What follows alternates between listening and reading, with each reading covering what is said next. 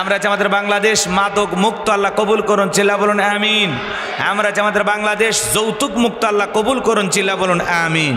সম্মানিত ভাইরা, আমার ভূমিকা লম্বা কথা নয়, সরাসরি মূল আলোচনায় প্রবেশ করতে চাই।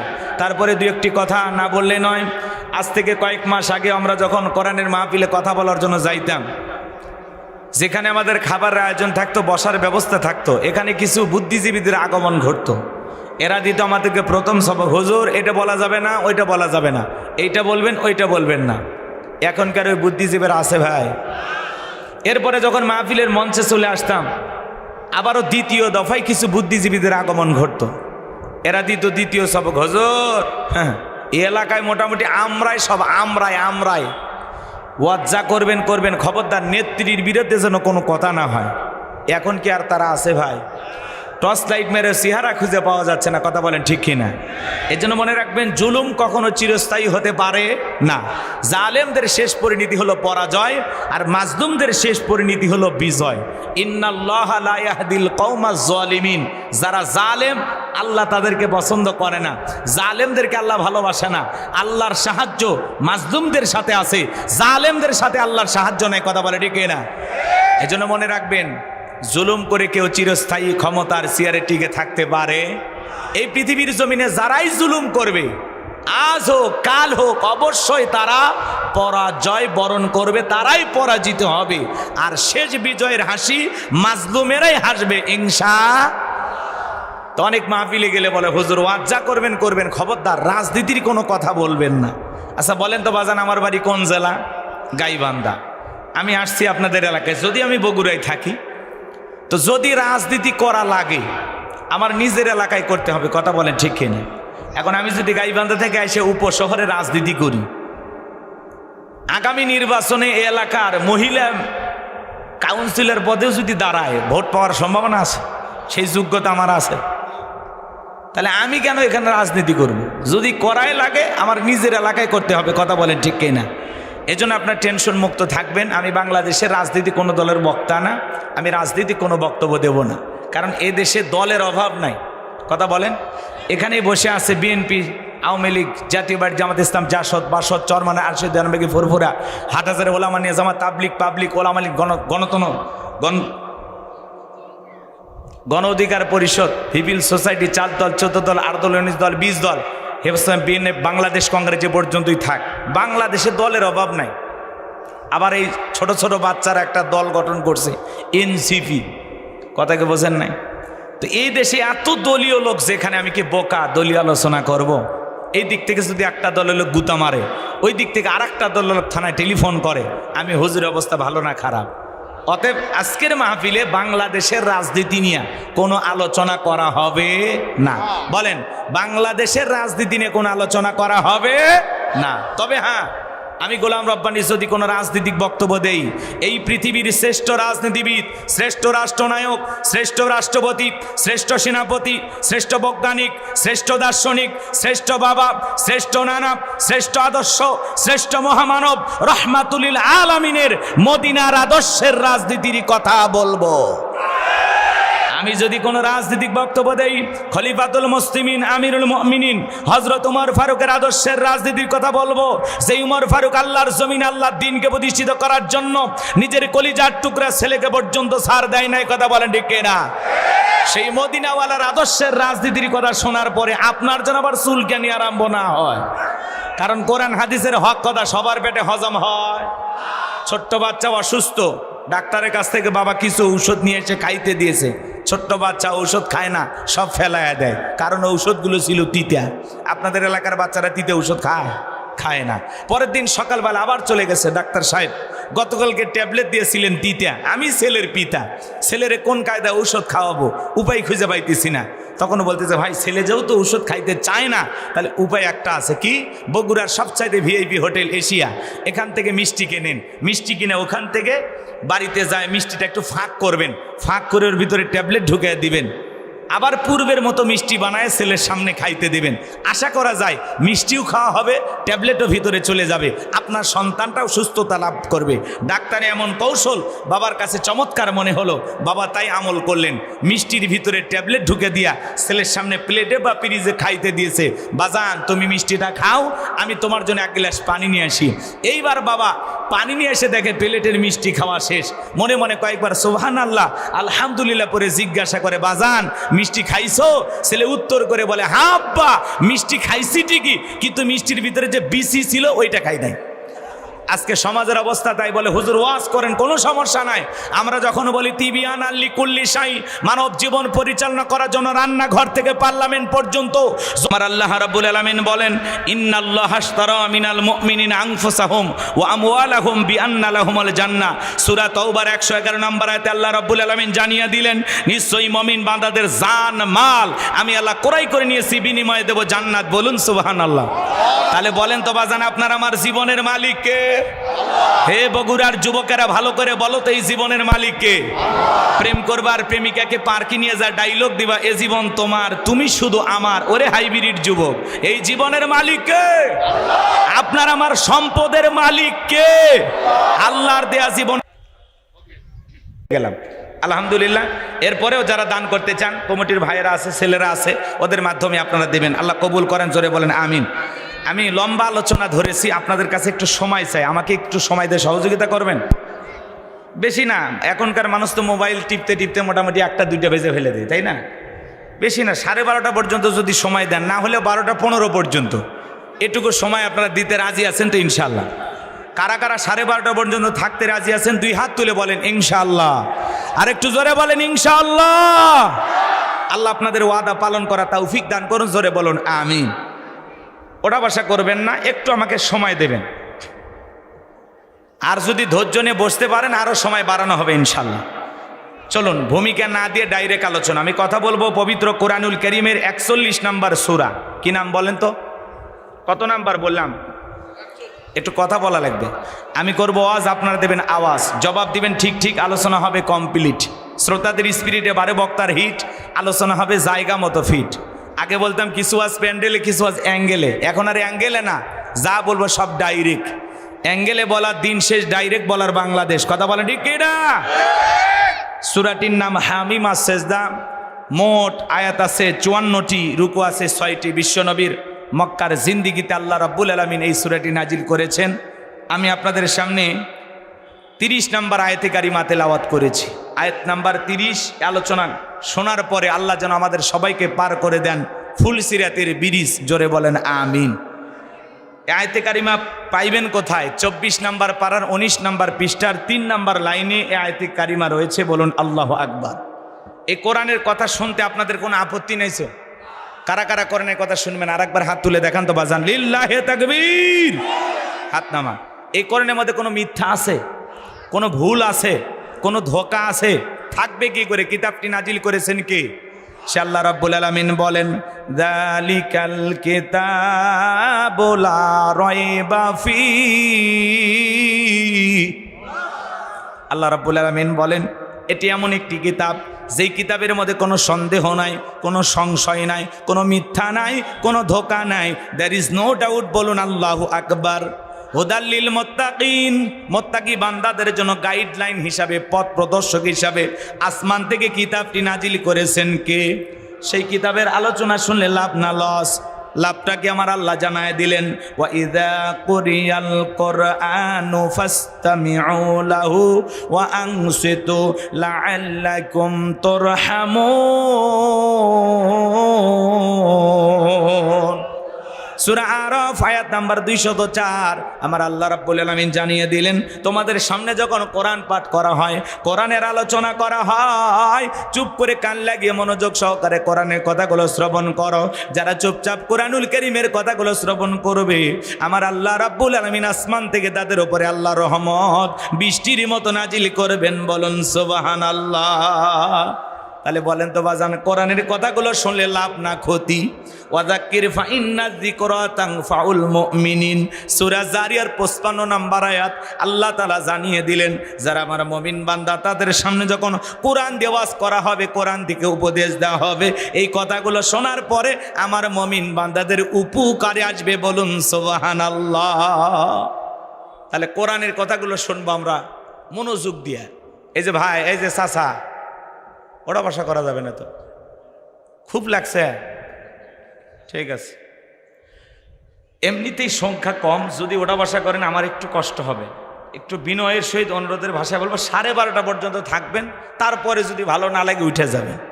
আর যদি এলোমেলো করেন তাহলে বলেন। আমাদের মোটামুটি কালেকশন যেহেতু হয়ে গেছে, তাহলে দোয়া করে দেন, আপনারা সকাল সকালে বাড়িতে যান, আমিও যাই। কথাকে বুঝাইতে পারলাম? একটু সময় দেওয়া লাগবে, আমি কথা বলবো, আল্লাহর কোরআন থেকে কথা বলবো ইনশাআল্লাহ।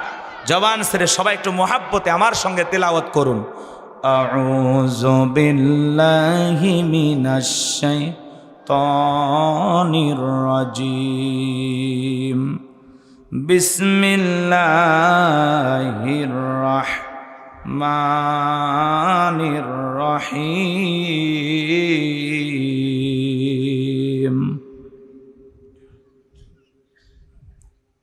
বিতাড়িত মোর্দার শয়তানের কাছ থেকে আল্লাহ পাকের কাছে আশ্রয় প্রার্থনা চাচ্ছি। পরম করুণা অসীম দয়ালু আল্লাহ তাআলার নামে শুরু করছি। ইন্নাল্লাযীনা ক্বালু রাব্বুনাল্লাহু সুম্মা ইসতাকামু تتنزل عليهم الملائكة ألا تخافوا ولا تحزنوا وأبشروا بالجنة التي كنتم توعدون।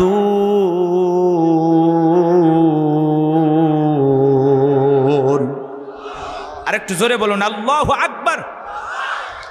যে কোনো আয়াত বা সূরার তাফসীর করতে হলে কোন প্রেক্ষাপটে কোন সময় আল্লাহ তাআলা সেই সূরাটি বা আয়াতটি নাজিল করেছেন, সে নাজিলের প্রেক্ষাপট জানার দরকার আছে না না? আরবিতে বলা হয় শানি নজুল। যদি শানি নজুল আলোচনা করা হয় তাহলে তাফসীর বুঝতে সহজ হয়। তাহলে আল্লাহর হাবিবের উপরে কোন প্রেক্ষাপটে কোন সময় আল্লাহ তাআলা এই আয়াতে কারিমাগুলো নাজিল করেছেন একটু বলার দরকার আছে না নাই? আমি কি বলবো? কষ্ট পাবেন না তো ইনশাআল্লাহ? সম্মানিত ভাইয়েরা আমার, বিশ্ব নবীর প্রিয় 2 জন মানুষ মাত্র 3 দিনের ব্যবধানে মারা গেলেন। আম্মা জানা খাদিজাতুল কুবরা রাদিয়াল্লাহু তাআলা আনহা মারা গেলেন। নবীজির চাচা আবু তালেব মারা গেলেন। প্রিয় 2 জন মানুষকে হারিয়ে নবীজি যখন ব্যথিত, এই ব্যথিত হৃদয় নিয়ে নবী চলে গেলেন তায়েফে কালেমার দাওয়াত দিতে। তায়েফের মানুষেরা বিশ্ব নবীর দাওয়াত গ্রহণ না করে নবীজির জান্নাতি শরীর মোবারকে পাথর নিক্ষেপ করলেন। নবীজি জ্ঞান হারিয়ে ফেললেন। যায়েদ বিন হারেসা বলেন, আমি নবীজির দেহ থেকে পাথরগুলো সরাইয়া ফেললাম, নবীজির জ্ঞান ফিরে আসলো। নবী ডেকে বলে, যায়েদ আমি একটু নামাজ আদায় করব, ব্যবস্থা করে দাও। হযরতে যায়েদ ডেকে বলেন, নবীজির পা মোবারক থেকে যখন আমি জুতা খুলতে গেলাম, আমি তাকায়া দেখি নবীজির জুতার ভিতরে রক্তগুলো জমাট বেঁধে আছে। আমি অনেক কষ্টে নবীজির পা থেকে জুতা খুললাম। নবীজি নামাজ আদায় করলেন। আসমান থেকে জিবরাইল এসে বলে, নবী, যে তায়েফের মানুষেরা আপনার শরীরে পাথর নিক্ষেপ করেছে, একবার শুধু অর্ডার দেন গো নবী, ওই তায়েফের মানুষকে পাহাড় চাপা দিয়ে পৃথিবীর জমিন থেকে বিদায় করে দেব। আমার নবী ডেকে বলে, জিবরাইল, তায়েফের মানুষেরা আমাকে না চিনে পাথর মেরেছে, আজকে যদি তাদেরকে পাহাড় চাপা দিয়ে বিদায় করে দাও, আমি নবী কার কাছে কালেমার দাওয়াত দেব? আমি তায়েফের মানুষদেরকে মাফ করে দিয়েছি, তুমি আমার আল্লাহর কাছে জানায়া দাও, আমার আল্লাহ যেন তায়েফের মানুষদেরকে মাফ করে দেয়। নবীর দয়া কত, মায়া কত, কেমন দয়ার নবী পাইছি, কেমন মায়ের নবী পাইছি। এই জন্য আল্লাহ বলেন, ওয়ামা আরসালনাকা ইল্লা রহমাতাল লিল আলামিন। সমগ্র জাতির জন্য, মানব দানব জিন ইনসান সকলের জন্য আল্লাহ তাআলা তার হাবিবকে রহমত স্বরূপ প্রেরণ করেছেন। বলুন সুবহানাল্লাহ। নবীজি ব্যথিত হৃদয় নিয়ে, রক্তাক্ত শরীর নিয়ে চলে আসলেন মক্কায়। লম্বা কিছু ঘটনা আছে, আগেই বললাম বাজান, যদি বিস্তারিত বলতে যাও অনেক সময় লেগে যাবে। এত সময় আপনাদের হাতেও নাই, আমার হাতেও নাই, আমি যে কথা না বললেই নয়। নবীজি মক্কায় ফিরে আসার পরে একদিন নয়, 2 দিন নয়, 19টা দিন অতিবাহিত হয়ে যায়। আসমান থেকে জিবরাইল আসে না, নতুন কোন আয়াতে কারিমা নাজিল হয় না, নতুন কোন সূরা নাজিল হয় না। কাফেররা সমালোচনা করে ডেকে বলে, ও নবীর সাহাবীরা, কি ব্যাপার, তোমাদের নবী তো নতুন কোন আয়াত পাঠ করে শোনায় না, নতুন কোন সূরা তিলাওয়াত করে শোনায় না, নাকি তার উপরে যে জিন ভর করেছিল সেই জিনটা বিদায় নিয়েছে? জোরে কন্না উযুবিল্লাহ। আবার কেউ কেউ সমালোচনা করে ডেকে বলেন, ও নবীর সাহাবীরা, তোমাদের নবী তো নতুন কোন আয়াত বা সূরা পাঠ করে শোনায় না, নাকি তার আল্লাহ তাকে ভুলে গেছেন? জোরে কন্না উযুবিল্লাহ। এইভাবে কাফেররা চতুর্মুখে সমালোচনা শুরু করে দিলেন। সাহাবায়ে কেরাম মনে মনে কষ্ট পান, কিন্তু বিশ্ব নবীর কাছে গিয়ে কেউ বলার সাহস পান না। তখন আল্লাহ রাব্বুল আলামিন 19 দিন পরে জিবরাইলের মাধ্যমে এই পাওয়ারফুল আয়াতি কারিমাগুলো নাজিল করলেন। বলুন আল্লাহু আকবার। আমার আল্লাহ রাব্বুল আলামিন বলেন, ইন্নাল্লাযীনা ক্বালু রাব্বুনাল্লাহ, ইন্নাল্লাযীনা ক্বালু রাব্বুনাল্লাহ, নিশ্চয় যারা বলে আমাদের রব আল্লাহ, আমাদের রব কে?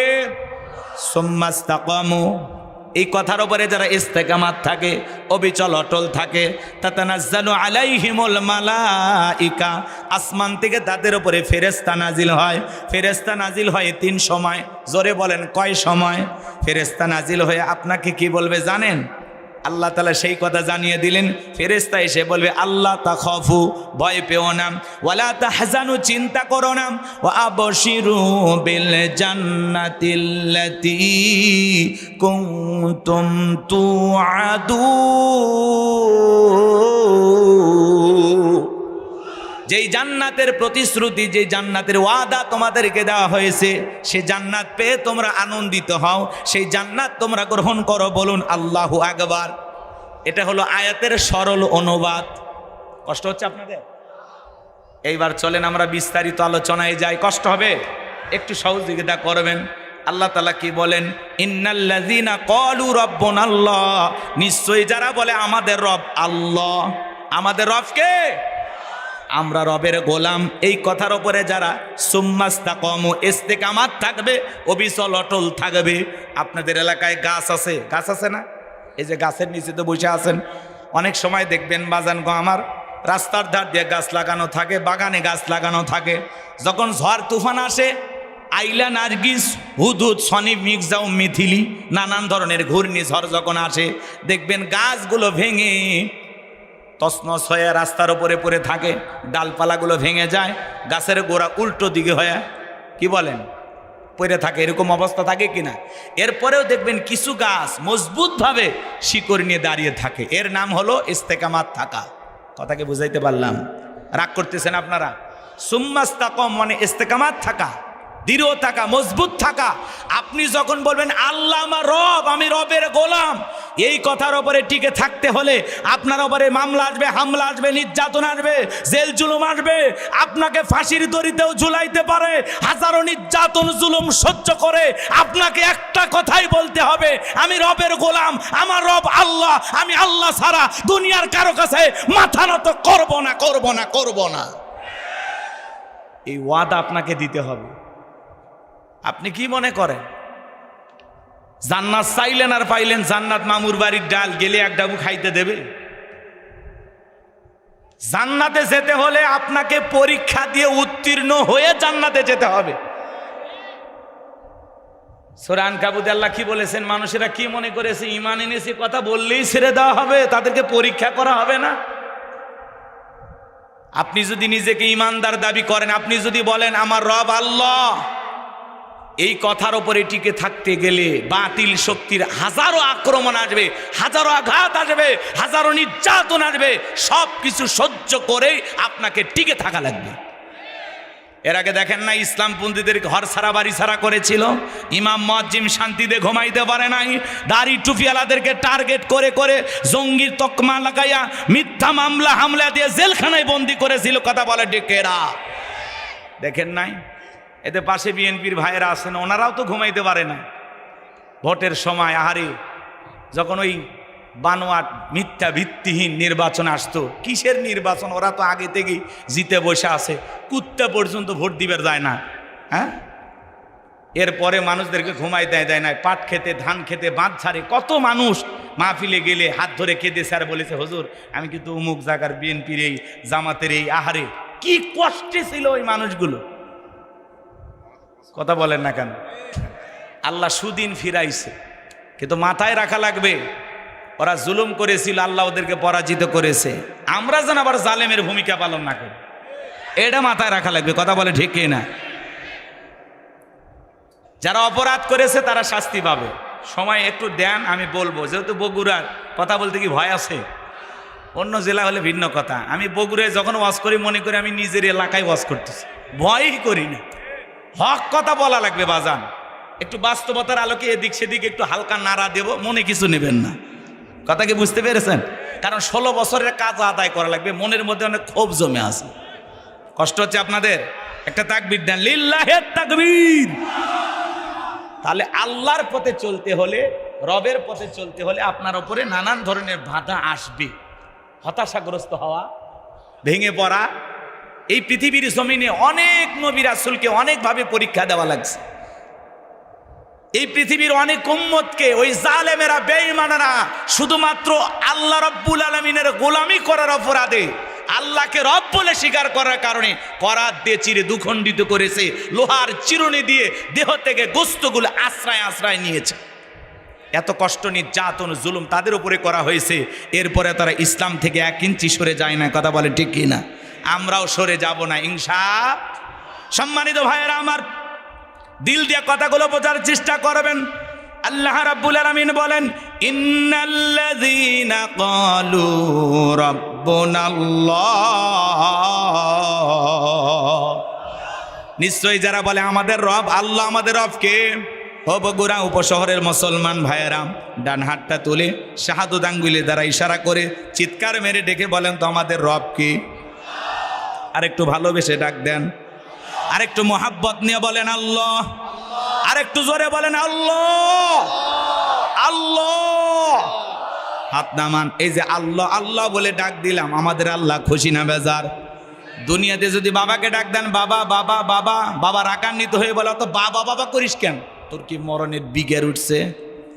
যদি মাকে ডাক দেন, মা ও মা মা মা মা, মাও রাগান্বিত হয়ে বলে তো মেয়ে মেয়ে করিস কেন?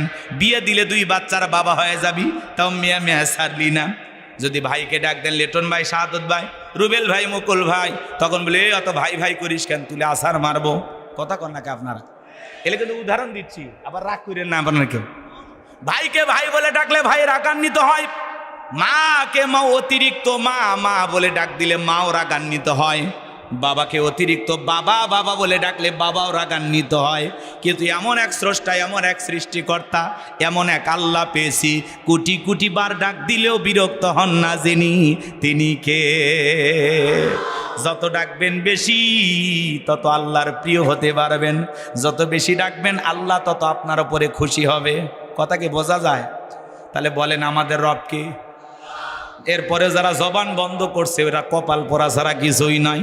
আল্লাহ রাব্বুল আলামিন বলেন, ইন্নাল্লাযীনা ক্বালু রাব্বুনাল্লাহ, নিশ্চয়ই যারা বলে আমাদের রব আল্লাহ। আমাদের রব কে? রুহের জগতে আল্লাহ রাব্বুল আলামিন আপনাকে আমাকে প্রশ্ন করেছিলেন, আলাস্তু বিরব্বিকুম, আমি কি তোমাদের রব নই? আমরা সেদিন সবাই জবাব দিয়ে বলেছিলাম, ক্বালু বালা, অবশ্যই আপনি আমাদের রব। এই পৃথিবীর জমিন আসার পরে আল্লাহ রাব্বুল আলামিন সর্বপ্রথম যে ওহী নাজিল করলেন, ইকরা বিসমি রাব্বিকাল্লাযী খলাক, পড়ো তোমার রবের নামে যিনি তোমাদেরকে সৃষ্টি করেছেন। এই আয়াতের ভিতরে রব শব্দ আছে না নাই? রবের জ্ঞান শিক্ষা দেওয়া হয় কোথায়? স্কুল কলেজ নাকি মাদ্রাসায়? জোরে বলেন কোন জায়গায়? মাদ্রাসায়। দেখেন না বাচ্চারা বৈশা বৈশা পেশাব করেন না দাঁড়ায়া?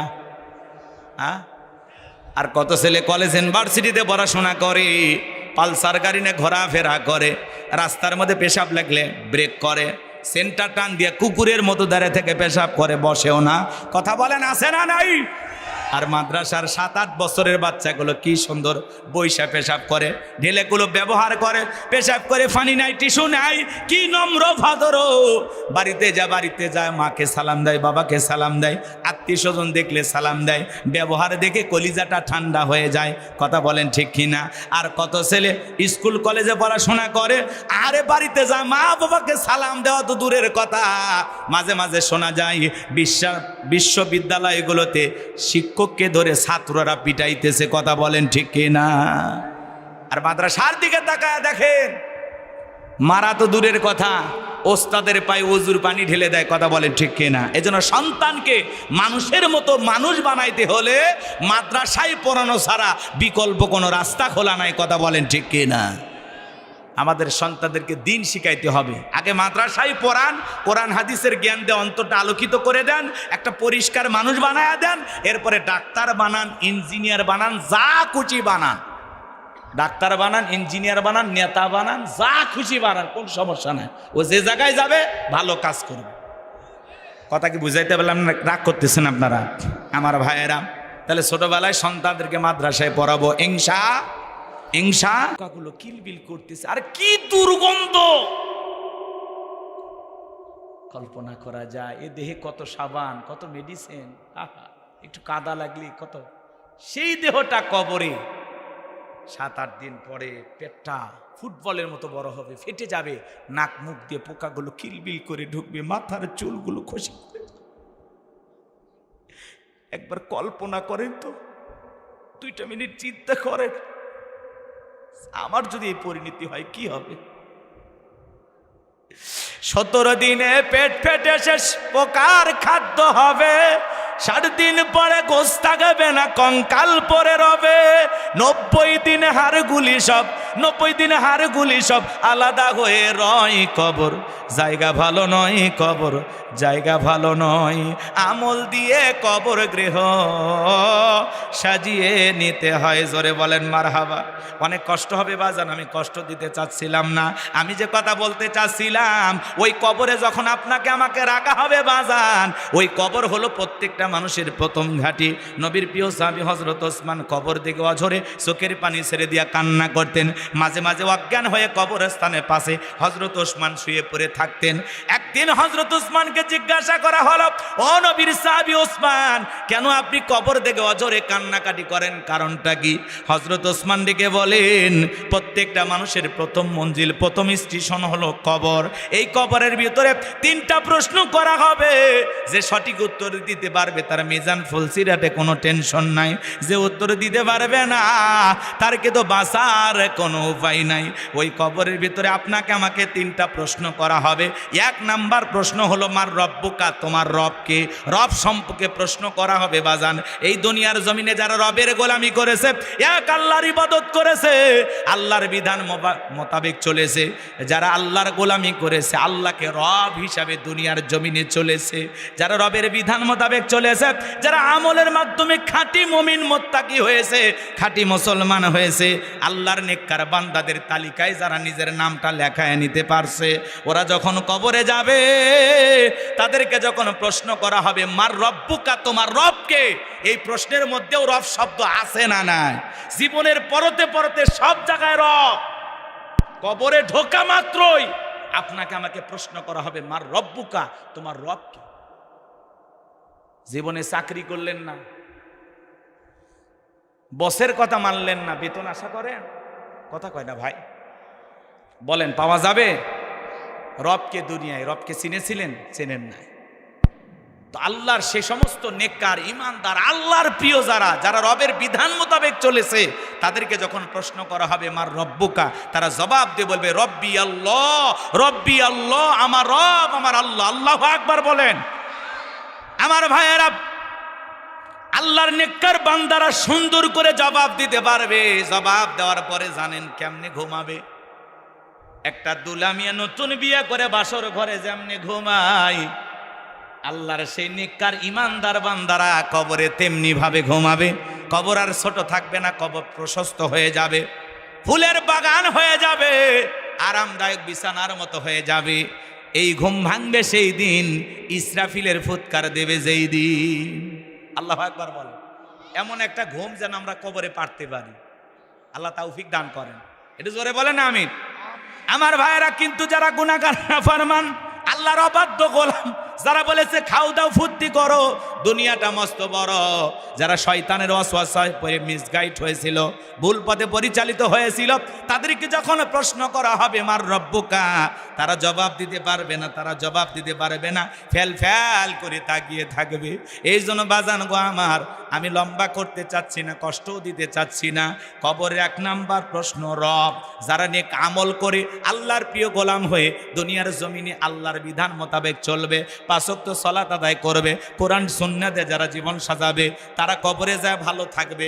এ বাজান আপনাদের কাছে অনুরোধের ভাষায় বলে যায়, কারা কারা নেক আমল করে আল্লাহর প্রিয় গোলামদের তালিকায় নামটা লিখে দিতে চান?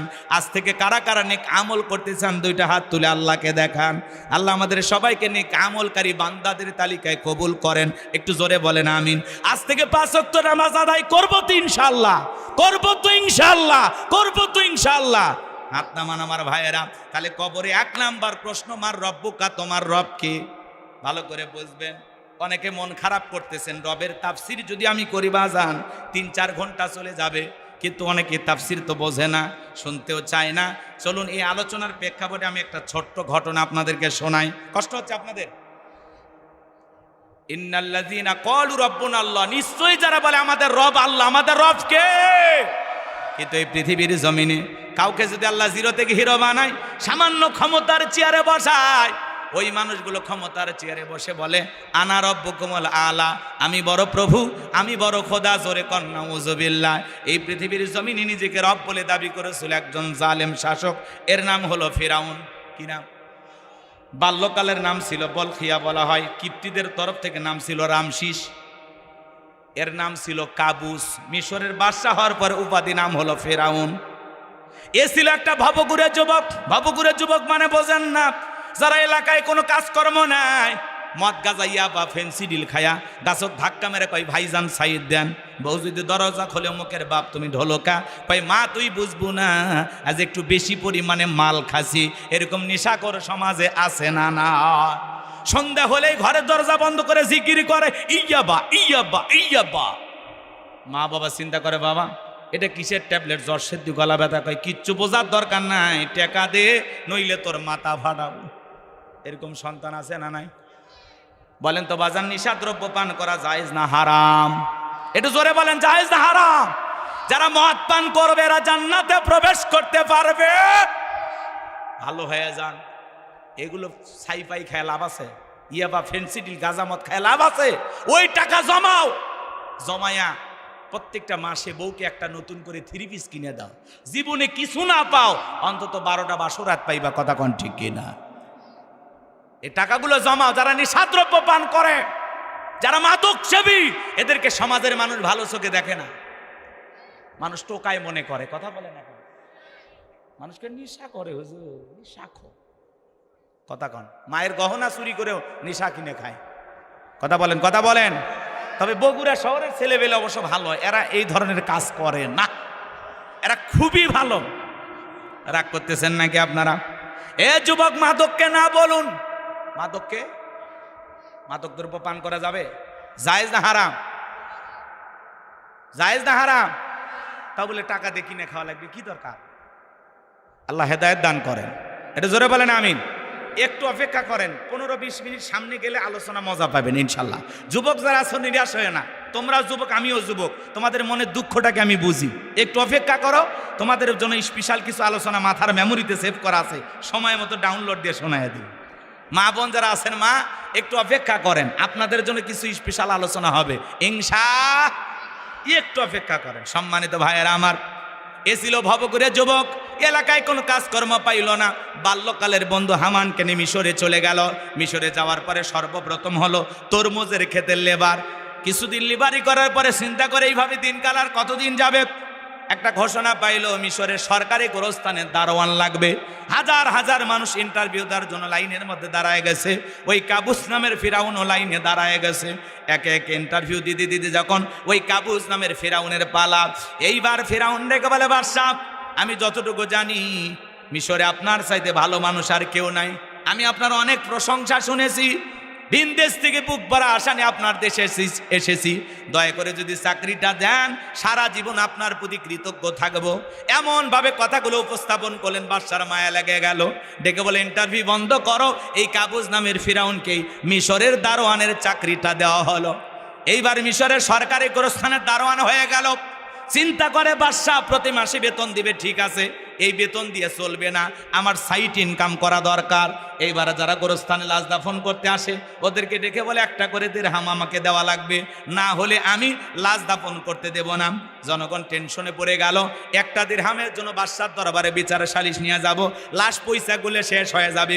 অতএব একটা টাকা যদি পাই এই গোরস্থানের ছেলেটাই পাক।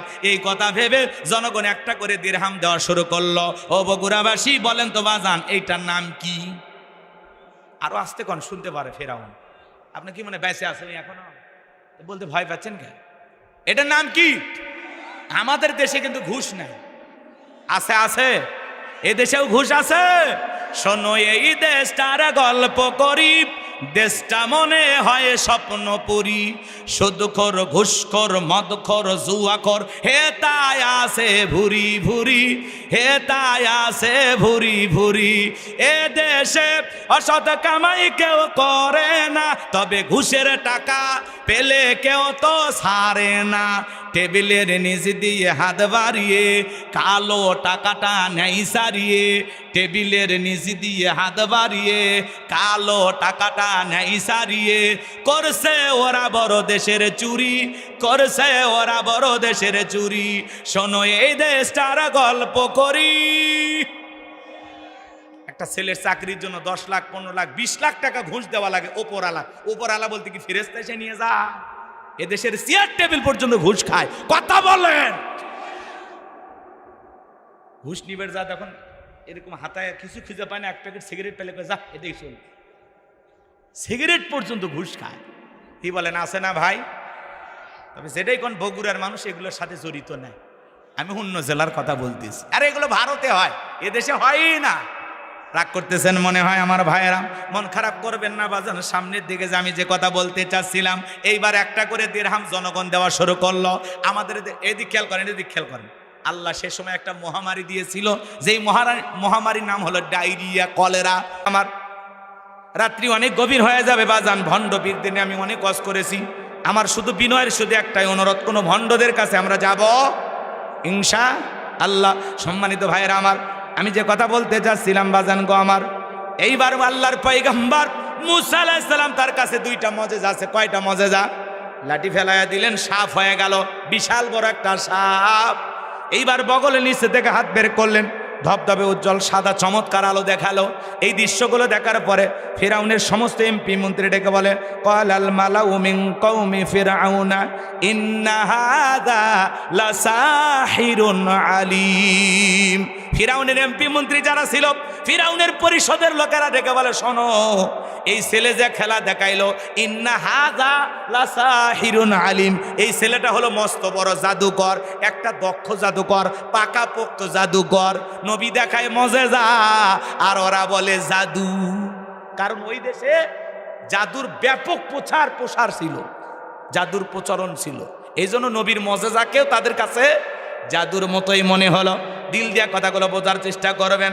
এইবার ফেরাউন সবাইকে ডেকে বলে, শোনো ও যেহেতু জাদুর খেলা দেখাইছে, ও আমাদেরকে হুমকি দেখায়া, ভয় ভীতি দেখায়া, ক্ষমতার চেয়ার থেকে আমাদের নামাইয়া ক্ষমতার চেয়ার দখল করতে চায়, দেশ থেকে বিতাড়িত করতে চায়। তোমরাই বলো এই ছেলের বিরুদ্ধে এখন কি করা যায়? এমপি মন্ত্রীরা ডেকে বলে, নেতা থামেন, চুপ করে থাকেন। ও দেখাছে জাদু, আমার দেশে কি জাদুকরের অভাব আছে? জাদুর মোকাবেলা জাদুকর দিয়ে করা হবে। আপাতত মুসা এবং তার ভাইকে ছেড়ে দেন। মুসা এবং হারুন আলাইহিস সালামকে ছেড়ে দেওয়া হলো। এইবার তারা কি করলো, ইয়াতু বিকুল্লি সাহিরিন আলিম, শহর বন্দর থেকে দক্ষ দক্ষ জাদুকর ফিরাউনের দরবারে উপস্থিত করা হলো। সমস্ত জাদুকররা ফিরাউনের নিকট উপস্থিত হওয়ার পরে সমস্ত জাদুকররা ডেকে বলে, নেতা, আপনার শত্রু মুসাকে যদি পরাজিত করতে পারি আপনি আমাদেরকে কি দেবেন, আমাদের বেনিফিটটা কি, লাভটা কি, পুরস্কারটা কি একটু জানার দরকার আছে না নাই? কথা বোঝেন নাই? বলতেছে আমরা যদি আপনার শত্রু মুসাকে পরাজিত করি আমাদের লাভটা কি, আপনি আমাদেরকে কি দেবেন, আমাদের উপহারটা কি থাকছে? ফেরাউন তখন ঘোষণা কি করেছিল জানেন? আল্লাহ সেই কথা বলেন, ক্বালা নাআম ওয়া ইন্নাকুম লামিনাল মুকাররাবিন। ফেরাউন ঘোষণা করে বলেছিল তোমরা হবে আমার নিকটতম ব্যক্তি, এই দরবার হবে তোমাদের বসবাসের জায়গা, তোমরা সবাই আমার কাছের লোক। নেতা যদি বলে তুমি আমার কাছে লোক, আর কিছু লাগে? নেতার কথায় রাতকে দিন করা যায়, নিরপরাধ আলেমদেরকে ধরে ক্রস ফায়ার দেওয়া যায়, নিরপরাধ মানুষদেরকে ধরে জেলখানায় বন্দি করা যায়, কারণ ওর পিছনে আছে কে? নেতা।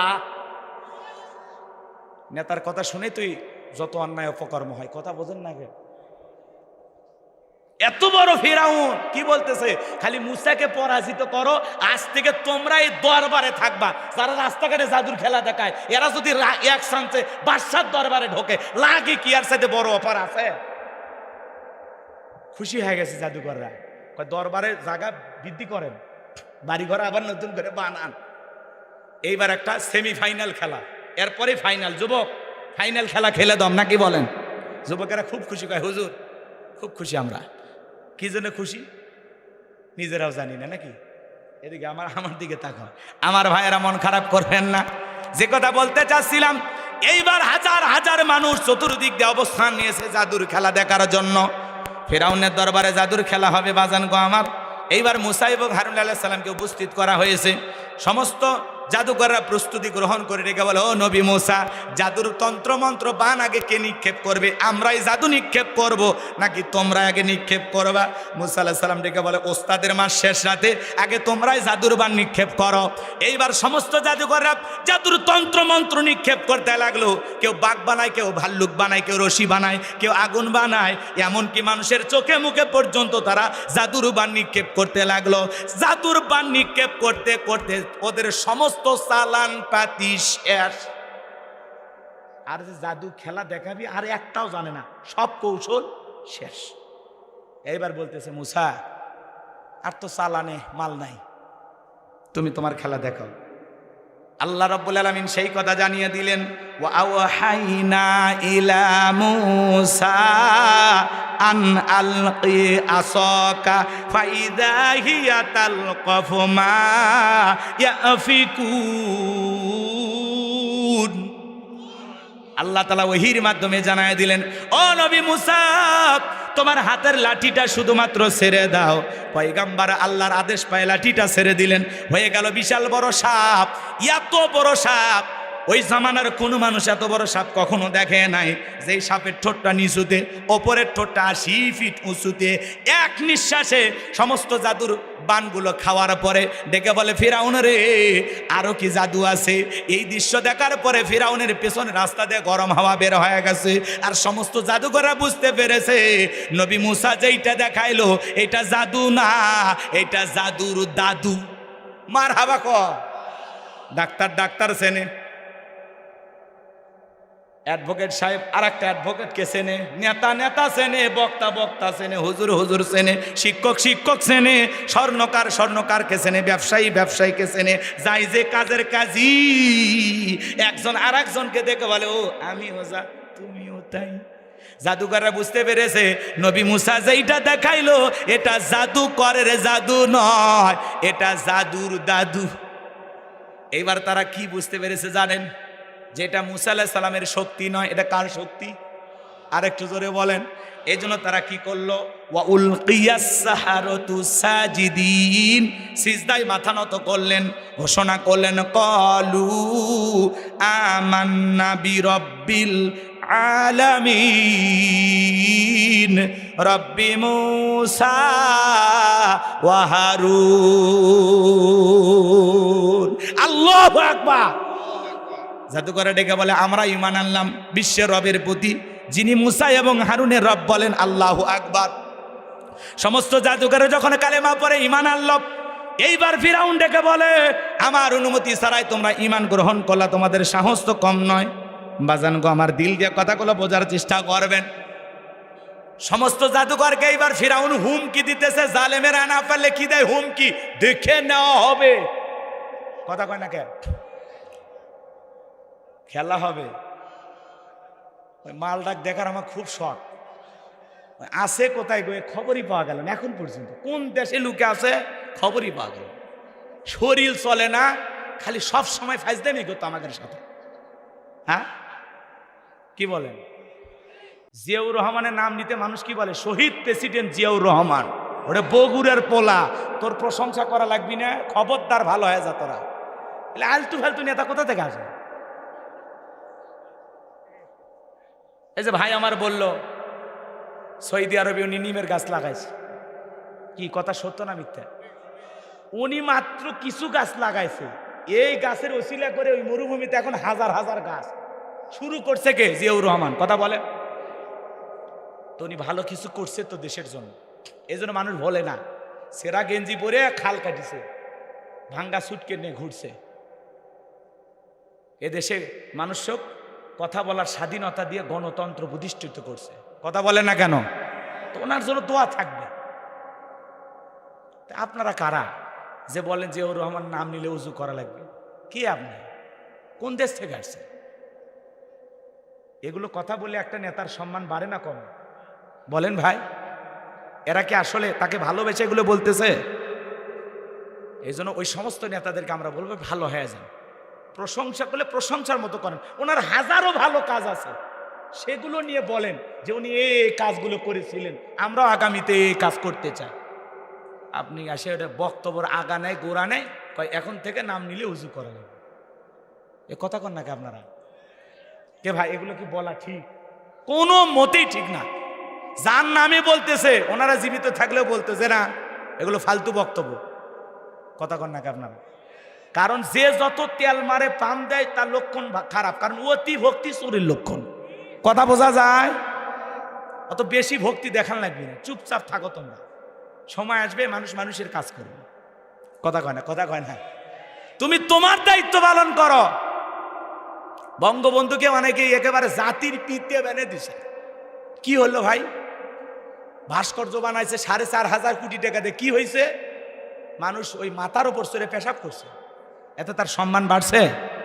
ওই টাকাগুলো দিয়ে যদি মসজিদ মাদ্রাসা বানাইতো, দুঃখী মানুষকে খাইতে দিত, তাহলে কবরে শুয়ে থেকে ওনার বাপ সব পাইত। আর না বানে ভাস্কর্য মনে মনে। আল্লাহ হেদায়েত দান করুক, জোরে বলেন আমিন। আর পবিত্র জায়গা সংসদ, যেখানে মানুষের দুঃখ দুর্দশার কথা, দেশের উন্নয়নের কথা, এদেশের মানুষের কষ্টের কথা তুলে ধরা লাগবে, সেই সংসদে যা মমতাজ গান গাইত। শাহজালালের পুণ্যভূমিতে মুসলমানের কোটি কোটি টাকার ট্যাক্সের টাকা দিয়ে যে সংসদ চলে, আর সেই সংসদে গান হয় হাসিনার নামে। এ কথা কন নাকি আপনারা? এখন মমতাজ কই? কট খায় ভিতরে, নতুন গালে আর রিলিজ হচ্ছে না, জেলখানা থেকে বের হয়ে আসবে, কারণ এরা এই দেশটাকে ধ্বংস করে দিচ্ছে। কথা বলে ঠিক কিনা? আজকে দেখেন ময়মনসিংহে একটা ডোম, লাশ কাটা ঘরে একজন তরুণীকে ধর্ষণ করছে। একটা তরুণী মারা গেছে, তাকে একজন মৃত লাশ, এদেশে একটা লাশেরও নিরাপত্তা নেই। এ কথা কয় না? কথা কয় না? একটা তরুণী মারা গেছে, মরার আগে লিখে গেছে চিঠি, একটা চিঠি লিখে গেছে, আমার কবরটা যত্ন করে তোমরা আমার কবরটা দিবা, চতুর্দিক দিয়ে একটু বাঁশের বেড়া দিবা, যাতে শিয়াল কুকুর আমার কবরে না প্রবেশ করে। যেই বোনটা এই কথা বলে আত্মহত্যা করে মারা গেছে, এমনি তো জাহান্নামে গেছে। আবার দেখেন ওই যে কথা আছে, মরার ওপর খাড়ার ঘা। মেয়েটা তো একটা বিপদে পড়ে মারাই গেছে, আল্লাহ তারে মাফ করে দিক। আর এই ডোম, এই লাশ কাটার ঘরে যারা চাকরি করে, কাজ করে, এই যুবক ওই তরুণীকে আবার ধর্ষণ করছে। নাউজুবিল্লাহ কোন? একটা মৃত লাশের সাথে বিকৃতি যৌনচার। এর আগেও কয়েকবার এই ঘটনাগুলো আমরা শুনেছি, কয়েকবার। কি বিচার করে যে আল্লাহ জানে, যে আবার এই ধরনের একটা মৃত লাশের সাথে একটা মৃত লাশের গ্যারান্টি দিতে পারি না আমরা। কি দেশ পাইলাম, একটা মৃত লাশেরও নিরাপত্তা নাই। ওই বোন যদি জানতো যে আমার মরার পরে এই কষ্ট হবে, আমার সাথে এই আচরণ হবে, ওই বোন মনে হয় ভুলে আর ফাঁসি দিত না। ও বলতো বাবারে মরে গেলে আমার সাথে এই হবে, ও ভয়ে মরতই না। কথা কন ঠিক কি না? তাহলে আমরা বলতে চাই, যেই কুলাঙ্গার, যেই বেয়াদব, যেই নর্দমার কীট এই জঘন্য কাজ করেছে, আমরা অল্প দিনের মধ্যে তার ফাঁসি দেখতে চাই। অপরাধ প্রমাণিত হয়েছে, জেলখানা তো ভাত দিয়ে পালে লাভ আছে, ফাঁসি দেন। কথা কয় না কেন? আর না হলে আমাকে হাত ছাড়িয়ে দেন, আর কোনো কিছু খুঁজে পাবেন না। কথা কন ঠিক কি না? এটা মানা যায়? একটা লাশকে ধর্ষণ করবে, এটা মানা যায়? নাউজুবিল্লাহ জোরে কন, একটু নাউজুবিল্লাহ জোরে কন। বলবো, রাগ করবেন না তো? শরীরই চলে না, বলতো না খেলা হবে। এই এমপি মন্ত্রী হয়েছে বললাম কোটি কোটি টাকা, এই দেশ থেকে 11 লক্ষ কোটি টাকা বিদেশে পাচার করে এরা বেগুন পাড়া বানাইছে। কথা কর, কথা কর। এখন আবার ওইটা তো প্রথম রিপোর্ট আমরা শুনছি। আজ পর্যন্ত যতটুকু আমরা, আমাদের কান পর্যন্ত দুর্নীতির খবর আসছে, এটা এখন 29 লক্ষ কোটিও ছাড়াই গেছে। কত? পদ্মা সেতু এটা, ওরা যে দুর্নীতি করছে 2000 পদ্মা সেতু বানান যাবে। আপনি খালি মেট্রো রেল পদ্মা সেতু দিকে করছেন, এ হুজুর সেই উন্নয়ন হচ্ছে। হুজুর এরা কৃষক গেল, পালায় কারা? চোর ডাকাতেরা পালায়, কারা? খারাপ মানুষেরা, ভালো লোকেরা পালায়। হ্যাঁ, এমপি মন্ত্রী কেউ আছে? সব কুটি গেছে, পালিয়ে গেছে। কথা বলেন, বলবো বলবো। মন্ত্রীরা সব কোথায় গেল, এমপিরা সব কোথায় গেল, কোথায় কাদের কাকা? ওদের সারা দেশটা এখন লাগে ফাঁকা ফাঁকা। পালাবো না, পালাবো না, পালাবো না, যায় না তাদের দেখা, ওদের সারা দেশটা এখন লাগে ফাঁকা ফাঁকা। আইনে মন্ত্রী আটকে গেল আইনেরই ফাঁকে, দাড়ি সারা দরবেশটারে ভণ্ড ভণ্ড লাগে।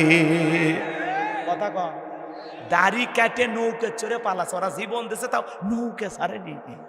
কথা কন, কথা কন। দাড়ি সারা দরবেশটারে ভণ্ড ভণ্ড লাগে। পলকের ঝলক গেল, পলকের ঝলক গেল, থামিয়ে নেটের চাকা, ওদের সারা দেশটা এখন লাগে ফাঁকা ফাঁকা। কোথায় গেল সংসদেতে মমতাজের গান, কোথায় গেল হজরত বলা স্বামী মুসমান? 70 রাকাত তাহাজ্জুদ পড়তো, বিরাট বড় আল্লাহর ওলি ছিল। 5 আগস্টে ভাগ্যে কি আছে, আল্লাহর ওলির কাছে খবর ছিল না। কথা কন, কথা কন। এই দেশে এরকম পাম্পট্টি দেওয়া কিছু নেতা আছে। হজরত হাসিনা কইছে, কিছু কিছু ভাইয়েরা অতি আবেগে বের হয়েছে, কয় জিয়াউর রহমানের নাম নিলে জান্নাত। এরা হলো তেলবাস। কথা কন, এরা এরা বিএনপি ডুবানোর জন্য আসছে। এত তেল তো দেওয়া লাগবে না। এরপরে নামাজের সালাম ফিরানোর পরে হাত তুলে যখন মোনাজাত করি আমরা কি বলি? রব্বানা আতিনা ফিদ দুনিয়া হাসানাতাও ওয়া ফিল আখিরাতি হাসানাতাও ওয়া কিনা আযাবান নার। সূরা বাকারার 201 নম্বর আয়াত। আল্লাহর কাছে ডেকে বললাম, হে আমাদের রব, আমাদেরকে দুনিয়ার কল্যাণ দান করো, আখিরাতের কল্যাণ দান করো, ওই কঠিন জাহান্নামের আগুন থেকে আমাদের মুক্তি দাও। তাহলে ইহকাল পরকালের কল্যাণ দেওয়ার মালিক কে? জাহান্নামের আগুন থেকে মালিক, মুক্তি দেওয়ার মালিক কে? এরপরে পবিত্র কুরআনুল কারীমের সর্বশেষ যেই সূরা, সূরাটির নাম হলো নাস, তার 1 নম্বর আয়াত, কুল আউযু বিরাব্বিন নাস। এই আয়াতের ভিতরে রব শব্দ আছে না নাই? জীবনের পরতে পরতে সব জায়গায় রব। আপনি আমি যেদিন মারা যাব, মসজিদের মাইজকে যেদিন এলান জারি হবে, এই গ্রামের অমুক ব্যক্তি বেঁচে নাই, ইন্না লিল্লাহি ওয়া ইন্না ইলাইহি রাজিউন। আপনার আমার মৃত্যুর সংবাদ শোনার পরে স্ত্রী কেঁদে বলবে স্বামী নাই, ছেলেটা কেঁদে বলবে বাবা নাই, মেয়েটা কেঁদে বলবে বাবা নাই, পাড়া প্রতিবেশী আত্মীয় স্বজন সবাই আপনাকে আমাকে শেষ বিদায় দেওয়ার জন্য বাড়িতে হাজিরা দেবে। বাজান 10 তলা 20 তলা বিল্ডিং এ আপনি ঘুমান, তাতে কোনো সমস্যা নাই।